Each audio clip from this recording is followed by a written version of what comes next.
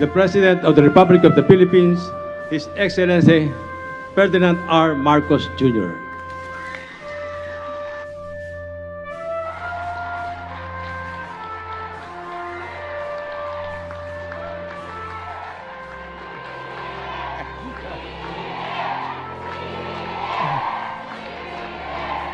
Maraming salamat. Maraming salamat sa ating Secretary ng Housing and Human Settlements and Urban Development na Secretary Jerry Acusar. Please umupo na.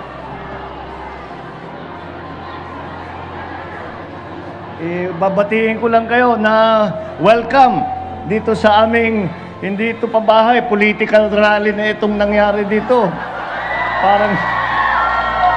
Parang naalala ko kayong lahat sa kampanya. Kayo yung mga malalakas ang boses.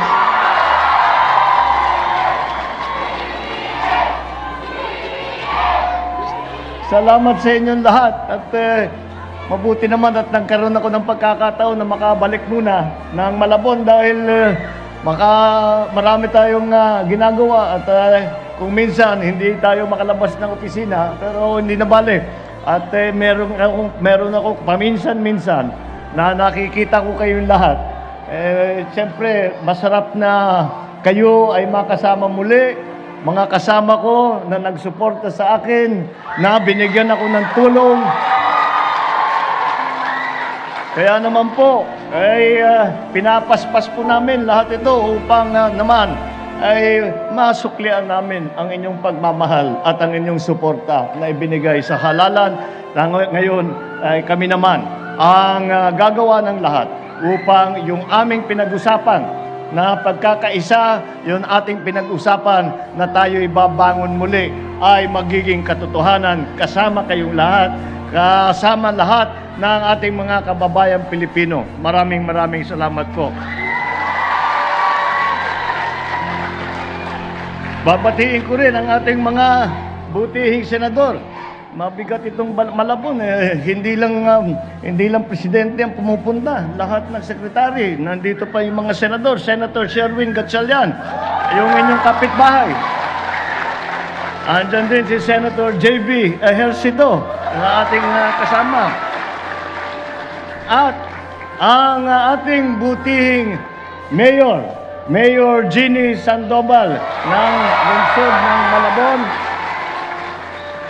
ang ating General Manager sa NHA, General Manager Joe Bentay, lahat ng mga benepisyaryo ng pabahay ng pamahalaan, ang ating mga kasamahan, my fellow workers in government, ating mga minamahal na kababayan, magandang tanghali po sa inyo lahat.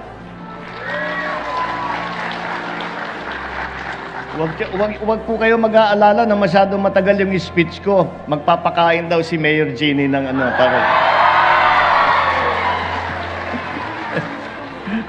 Sinubo ko na naman si Mayor. Masaya po ako na nandito at makasama kayong lahat. At tunghayaan ang pagsasakatuparan ng ating hangarin na makapagpatayo ng bahay para sa ating mga kababayan dito sa lungsod ng Malabon.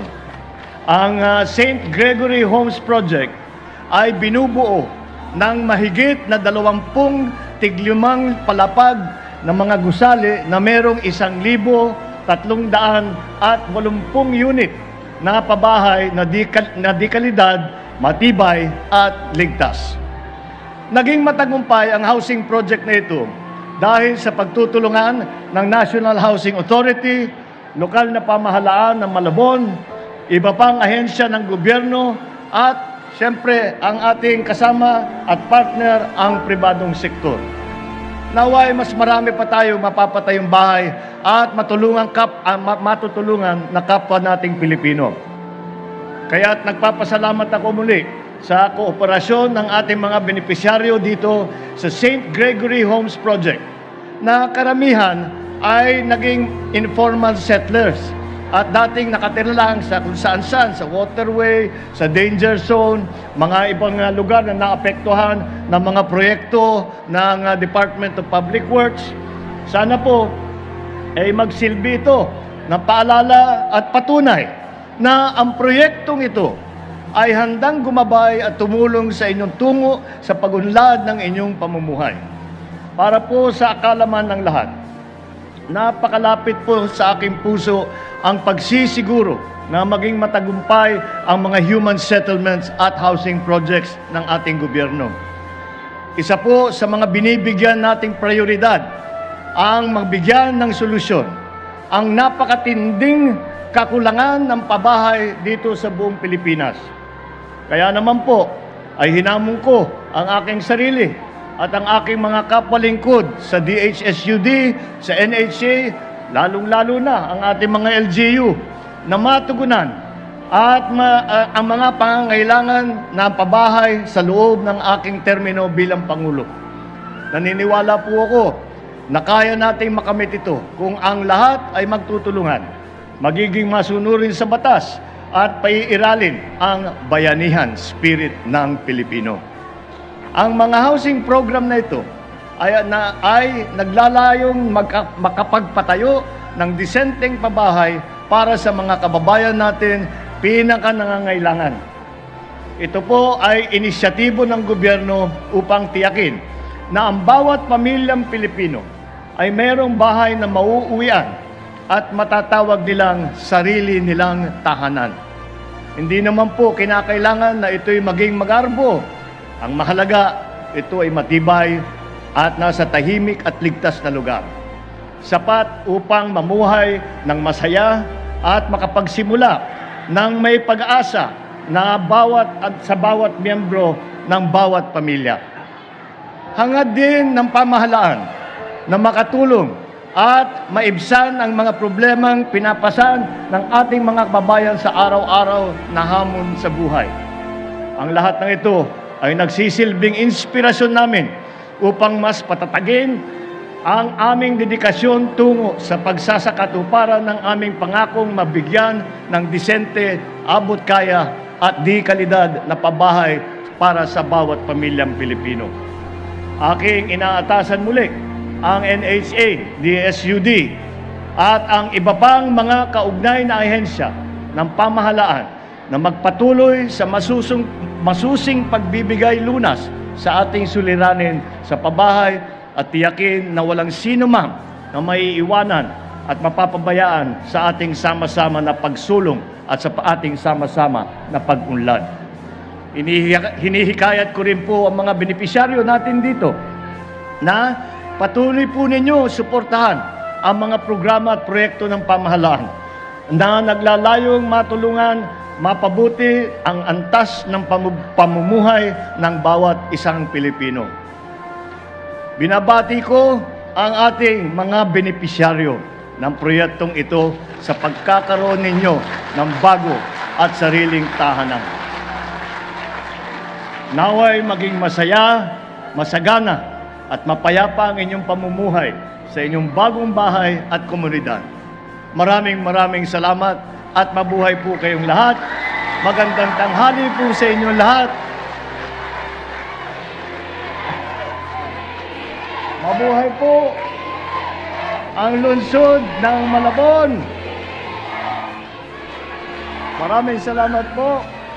Magandang tanghali po. Maraming salamat po, President Ferdinand R. Marcos Jr. Nagpapasalamat po ako sa NHA po, sa mayor po namin at kay Mr. President po kasi binigyan niya po kami ng pagkakataon na magkaroon po ng sarili po naming bahay na matitirahan, na totoong talagang sa amin na po. Kasi po dati, squatter lang po kami. Yung bahay po namin, tapal-tapal lang po. Pagka bumaha po, umaangat po yung mga basura, yung mga anak po namin nalalaglag po sa ilog. Yun po yung pinapangamba namin. Ngayon po, ligtas na po kami dito sa tinitirahan po namin. Maraming pong salamat. Iwas na rin po kami sa mga aksidente tulad ng mga sunog. Safety na po kami dyan sa pabahay.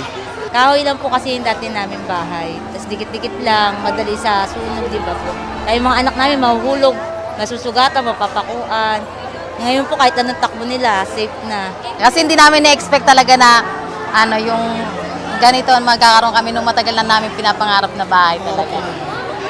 Ano po kasi, nasa ano po kami, yung ilalim po kasi namin basura. Tapos ilog, tapos puro Bumaha po, grabe. kahoy lang, tapos mga ano, yung tapal-tapal yung dingding. Mr. President, maraming salamat po sa inyo sa ano, binigyan niyo po kami ng chance na magkaroon po ng maayos na ano tirahan